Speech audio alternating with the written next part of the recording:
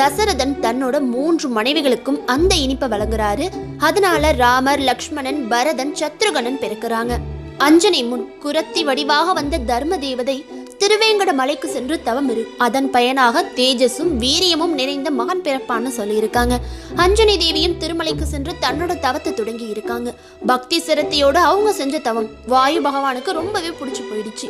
சிவனை நினைத்து காற்றை மட்டும் சுவாசித்து கடும் தவம் புரிந்த அஞ்சனைக்கு ஒரு பருந்து தசரதற்கு கிடைச்ச இனிப்பை கொஞ்சம் எடுத்துட்டு போய் அஞ்சனை இருக்க இடத்துல போட்டுடுது.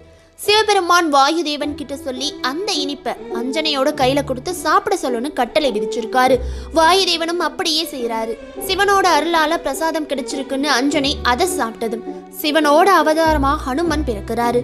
ஹனுமன் பிறந்தது மார்கழி மாத அமாவாசை தினத்தில்ங்கிறதால அந்த நாள் தான் ஹனுமான் ஜெயந்தியா கொண்டாடப்படுது. ராமாயணத்துல விஷ்ணு ராமராகவும், லக்ஷ்மி சீதா தேவியாகவும்,